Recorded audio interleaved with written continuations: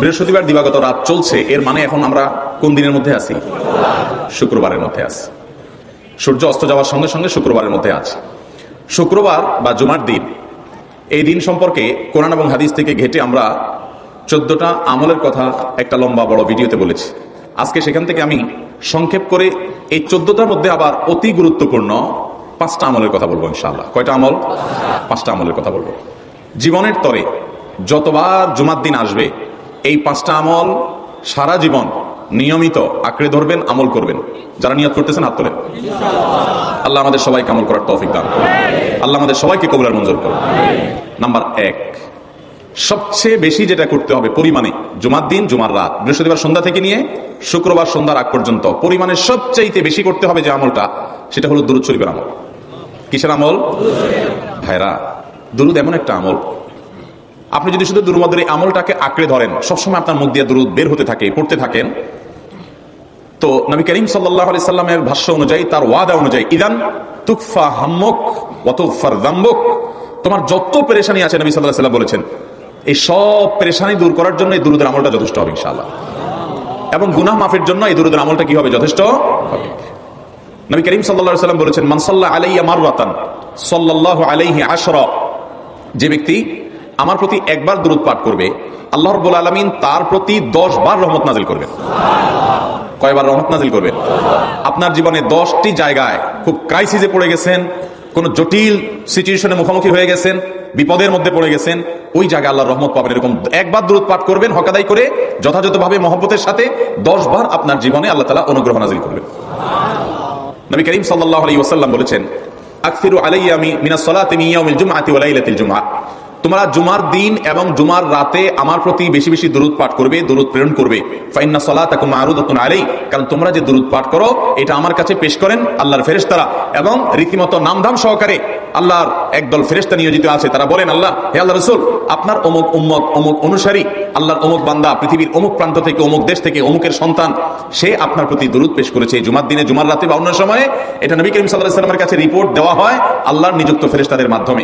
আপনি যখন দুরূদ পাঠ করবেন, আপনার ভিতরে এই ফিল হবে যে আমি দুরূদ পাঠ করছি আর আমার নবীর কাছে এটা উপস্থাপিত হচ্ছে আমার নাম ধাম, আমার রিপোর্ট সহকারে।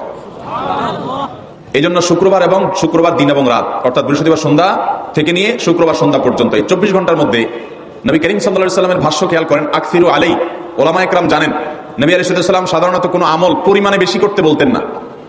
পরিমাণে বেশি করতে বলার মতো আমল খুব কম ইসলামে। গোটা কোরআন যদি খোলেন আপনি, পরিমাণে অধিক করতে বলা হয়েছে এরকম আমল খুব বেশি পাবেন না।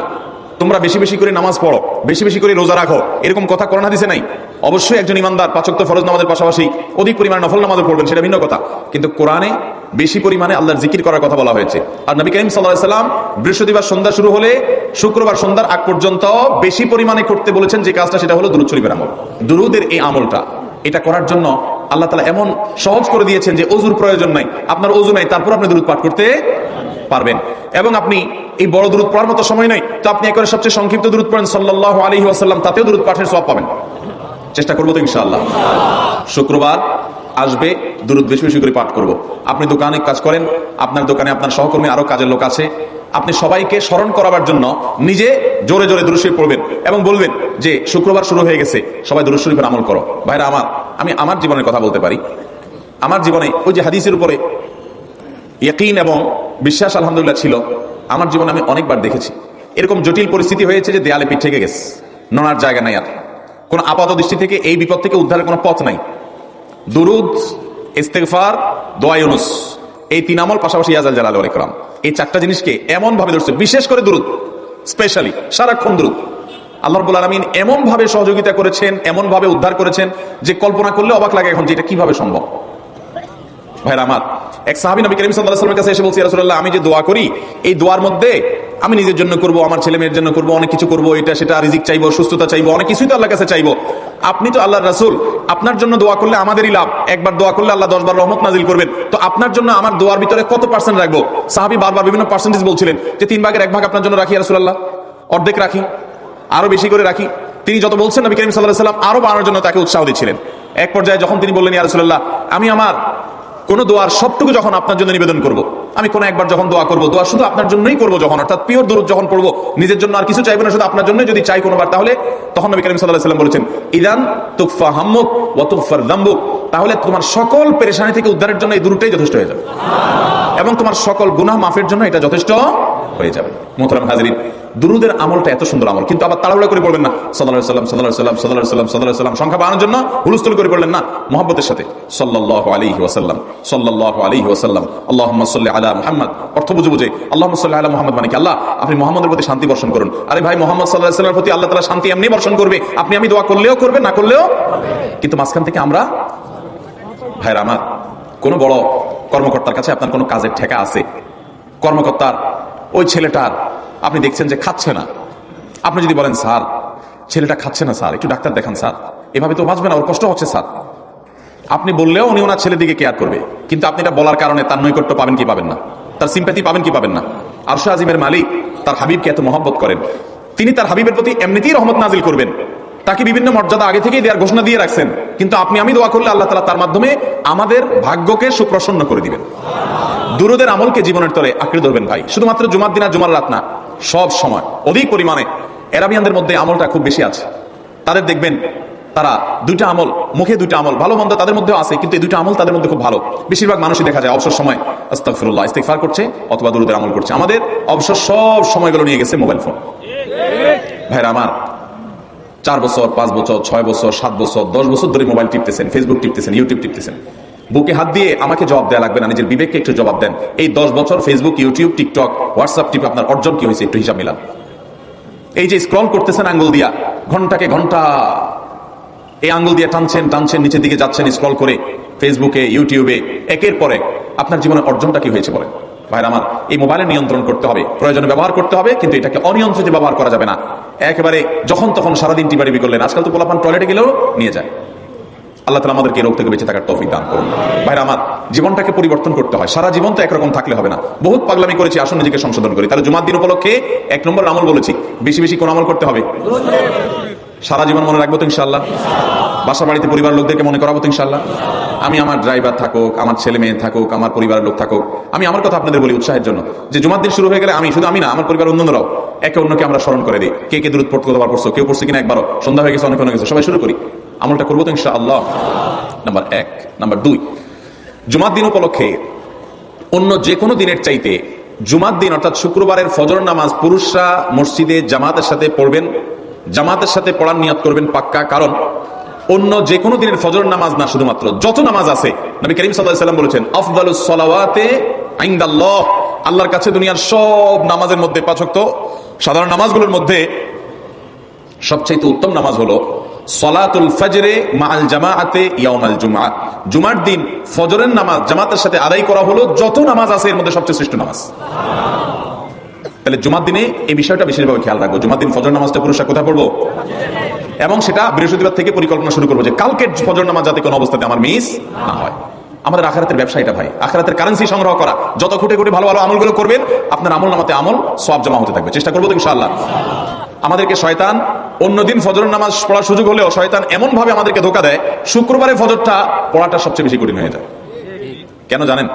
কারণ ইবলিস তো জানে হাদিস, আপনি জানেন না, হয়তো অনেকে হয়তো আজকে শুনছেন, আমি কোনো হাদিস না জানতে পারি, ইবলিস ঠিকই জানে যে ফজর নামাজ এই দিন যদিও জামাতের সাথে ফজর পড়ে ফেলে, তাহলে তোর আখিরাতের ব্যবসা অনেক দূর আগে যাবে। ওর সাথে তো আমাদের বাবা আদমের সাথে সেই চ্যালেঞ্জ, আদম আলাইহিস সালামকে সিজদা করতে বলা হয়েছে, সেটা করে নাই, তার সৌজন্য বা তার জন্য সিজদা নিবেদন করে নাই, আল্লাহ তাআলা সেজন্য তাকে জান্নাত থেকে বের করে দিয়েছে। তার কারণে এই ইবলিস তখনই আল্লাহর সামনে চ্যালেঞ্জ ছুড়ে দিয়েছে আদম আলাইহিস সালামের সাথে, যে লাউ বিয়ান্নাহুম আজমাইন, আমি আদমের সব সন্তানগুলোকে পথহারা করে ছাড়বো, ওদেরকে জান্নাতের পথে চলতে দিব না। এই জন্য আল্লাহ তাআলার কাছে সে কিছু পাওয়ার চাইয়া নিছে। এর ভিতরে একটা হলো কিয়ামত পর্যন্ত হায়াত পাবে, আরেকটা হলো আমাদের রগের সাথে সে মিশতে পারে, রক্ত প্রবাহের সাথে মিশতে পারে, শরীরের মধ্যে প্রভাব সৃষ্টি করতে পারে, আমাদেরকে দুর্বল করতে পারে, মন্দ দিকে টানতে পারে, ভালো কাজ যেন না হয় মনে মনে কুমন্ত্রণা সৃষ্টি করতে পারে। এই পাওয়ার সে নিয়ে এসেছে। এই জন্য তার সাথে আমাদের চ্যালেঞ্জ। সে হাদিস জানে যে জুমার দিন ফজর পড়লে আমাদের অনেক লাভ হয়ে যাবে। এই জন্য সে বৃহস্পতিবার রাতে, অন্যদিন যদি আপনি 10টা 11টা বা 11:30টায় ঘুমান, 12টায় ঘুমান, জুমার দিন অর্থাৎ বৃহস্পতিবার দিবাগত রাতে এসে ইবলিস বলে, আরে পাগল হইছস, কালকে হলো শুক্রবার, দোকানদারি নাই, ব্যবসা নাই, চাকরি নাই, মহিলাদেরকে বলে কালকে পোলাপানের স্কুল নাই, মাদ্রাসা নাই, আজকে একটু টক শো, মিষ্টি শো, নাটক, সিনেমা, ইউটিউব, ফেসবুক, ওয়াজি শুন অন্তত। শয়তান কি বলে, ঠিক আছে তোর যদি এত ফিল্ম দেখতে মনে না চায়, তো যদি মুসলমান হস, নেককার হস, তো ঠিক আছে, অমুক হুজুরের ওয়াজ শুন। এই হুজুরের ওয়াজ শোনাত লাগাই দিয়ে রাত 1টা 2টা পর্যন্ত পার করে দিল, এরপরে ফজর নামাজ ওর জামাতের সাথে মিস শেষ। ভাইরা আমার, প্রত্যেক বৃহস্পতিবার আসলে সন্ধ্যার সময় প্রতিজ্ঞা করব, সপ্তাহের অন্যদিন যদি আমার ত্রুটি বিচ্যুতি হয়ও আমি সেটাকে কালেকশন করার চেষ্টা করব, কিন্তু শুক্রবার ফজরটা পুরুষ হিসাবে আমি জামাতের সাথে পড়বই পড়বো। তার জন্য রাতে আগে আগে শোবো, ডাবল ট্রিপল অ্যালার্ম দিয়ে শোবো, অন্য নামাজি বন্ধুকে বলবো ফোন দিয়ে ডেকে দিবি, একে অন্যের সহযোগিতা করব, কিন্তু ফজরের নামাজ জুমার দিন ছাড়বো না ইনশাআল্লাহ। ঠিক আছে তো? কয়টা আমল হলো? 2টা। মনে রাখবেন তো ইনশাআল্লাহ? আগামী বছর তো আমার মাহফিল আমি আর করবো না, কিন্তু আগামী বছর যে মাহফিল করবেন সে আলোচককে আমি রিকোয়েস্ট করবো ইনশাআল্লাহ, আয়োজকরা এটার সবক যেন নেয় আগামী বছর। দিতে পারবেন তো ইনশাআল্লাহ? আমল যদি করেন তাহলে সবক থেকে দিতে পারবেন। ওই যে ভাই সবগুলো শুনে দিছে, কারণ আমল করেন। আচ্ছা, 3 নম্বর আমল হলো সূরা কাহাফ পড়বো। কোন সূরা পড়বো? সূরা কাহাফ। যারা কোরআন পড়তে পারেন না তারা শুনবেন, আর যারা পড়তে পারেন তারা নিজে পড়বেন। সূরা কাহাফ যদি জুমার দিন কেউ পড়ে, নবী করিম সাল্লাল্লাহু আলাইহি ওয়াসাল্লাম বলেছেন এই সূরাটা তার জন্য নূর হবে, নূর, আলো আল্লাহর তরফ থেকে। কিয়ামতের ময়দানে ভয়াবহ গুটগুটে অন্ধকার হবে। কিয়ামতের একটা ভয়াবহ শাস্তি হলো অন্ধকারের শাস্তি। ভাইরা আমার, অন্ধকারের শাস্তি মানে এমন ভয়াবহ অন্ধকার হবে যে দুনিয়ার অন্ধকারের সাথে কোনো তুলনাযোগ্য নয়।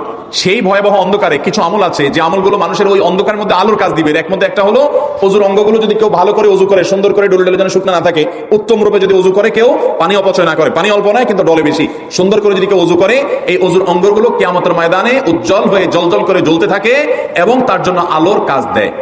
সবাই যখন অন্ধকারের আযাবের মধ্যে নিমজ্জিত থাকে, হাউতাশ করে, তখন এই ব্যক্তির এই আমলটা তার আলো ভূমিকা আসে। আর আরেকটা হলো এই সূরা কাহাফ। অন্য অনেক উলামা ইকরাম বলেছেন এর ব্যাখ্যা হলো সূরা কাহাফ যদি কেউ এক বৃহস্পতিবারে পড়ে, পরের বৃহস্পতিবার পর্যন্ত, এক শুক্রবার যদি পড়ে, পরের শুক্রবার আগ পর্যন্ত পুরো সপ্তাহব্যাপী তার ভিতরে নূর, ঈমানের নূর, তাকওয়ার নূর, ইলমের নূর, আমলের নূর, ভালো মানুষ হওয়ার নূর তার ভিতরে আল্লাহ তাআলা সৃষ্টি করে দিবেন। এই জন্য জুমার দিন সূরা কাহাফ পড়বো তো ইনশাআল্লাহ। আলহামদুলিল্লাহ ভাই, আপনাদেরকে যে আমলগুলো করছি এগুলো আমি আমার পরিবারের সদস্য, পরিচিত, সহকর্মী, আমি চেষ্টা করি সবাইকে স্মরণ করানোর এবং আমল করার চেষ্টা করি। আপনাদেরকেও বলছি ভাই, জুমার দিন যেহেতু, অতএব আজকে জুমার দিন উপলক্ষে বলে যাচ্ছি, জুমার দিনের এই 14-15টা আমলের মধ্যে সামারি করে আমি 5টা আমল করে দিচ্ছি, যে এগুলোর গুরুত্ব অনেক বেশি অন্য অনেকগুলো চাইতে, এগুলো বিশেষভাবে করব। তাহলে এর মধ্যে প্রথমটা চলে গেল দুরূদ বেশি বেশি করে পড়বো, দ্বিতীয়টা হলো জুমার দিনের ফজর নামাজ কোন অবস্থাতে জামাতের সাথে পড়া মিস করবো না, কারণ নবী সাল্লাল্লাহু আলাইহি ওয়াসাল্লাম বলেছেন সকল নামাজের মধ্যে সবচেয়ে সেরা, উত্তম, শ্রেষ্ঠ নামাজ, অর্থাৎ ওয়াক্তিয়া নামাজের মধ্যে সবচেয়ে শ্রেষ্ঠ নামাজ হলো জুমার দিনের ফজরের নামাজ জামাতের সাথে পড়া। তাহলে মহিলারা কি করবে? মহিলারা পুরুষদেরকে উঠায় উঠায় মসজিদে পাঠিয়ে দিবে এবং সহযোগিতা করবে, তাহলে তার মাধ্যমে তারাও একই সওয়াব পেয়ে যাবে। আর 3 নম্বর আমল বলেছিলাম সূরা কাহাফ, এটা নারী পুরুষ সবাই করবে বেশি বেশি করে। ঠিক আছে তো ইনশাআল্লাহ?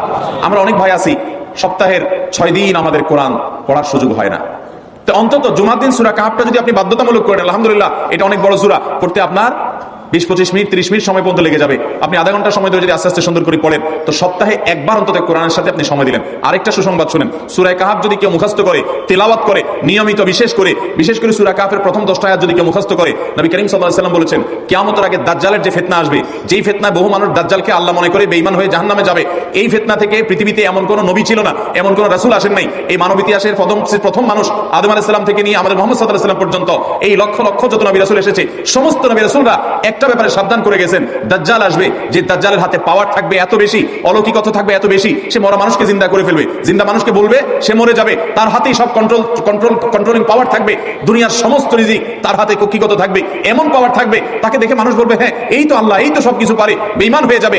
এই দাজ্জালের ফিতনায় তোমরা পড়বা না, বেঁচে থাকবা। বুদ্ধি দিয়া বিবেক দিয়ে মানুষ বাঁচতে পারবে না।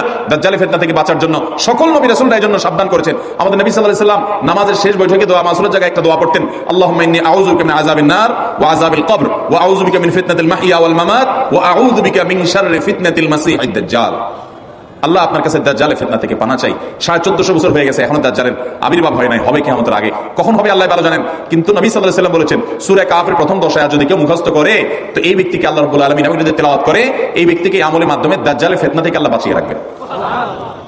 দাজ্জাল তো অনেক পরের কথা, কোথাকার কোন আল্লাহর প্রতি অবিশ্বাসী মুশরিক বা কাফের খেলোয়াড় একটু পায়ের ভিলকি দেখায়, লক্ষ লক্ষ কোটি কোটি মানুষ হুমড়ি খেয়ে তার ভক্ত হয়ে ইমানি চেতনা, আমলি চেতনা, তাকওয়া, তাহারাত সব খুঁয়ে বসে থাকে।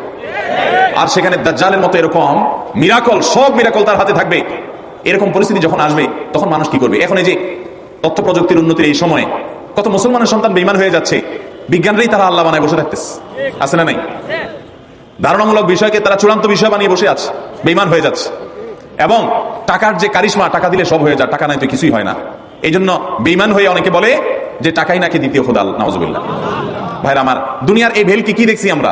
কিয়ামতের আগে ভেলকি আরো অনেক দেখবে, আমাদের পরবর্তী প্রজন্ম, আমাদের ছেলে মেয়েরা, নাতিপুতিরা আরো অনেক ভেলকি দেখবে। এমন ভেলকি দেখবে যে তাদের আল্লাহর প্রতি ঈমান আনা, আখিরাতের প্রতি বিশ্বাস করাটা কঠিন থেকে কঠিন হয়ে যাবে। এরকম পরিস্থিতি তৈরি হবে দুনিয়াতে। তথ্য প্রযুক্তির উন্নতির নাম দিয়ে, এটার নাম দিয়ে, সেটার নাম দিয়ে মানুষের জীবনযাত্রা সহজ হবে, কিন্তু এর মাধ্যমে মানুষের ঈমান দুর্বল হওয়ার অনেক সম্ভাবনা, সংখ্যা তৈরি হবে এবং শয়তান সেগুলো সৃষ্টি করবে। এই আশঙ্কা থেকে বাঁচার জন্য সূরা কাহাফটা হলো মহৌষধের মতো। অতএব জুমার দিন প্রত্যেক শুক্রবারে সূরা কাহাফ পড়বো তো ইনশাআল্লাহ।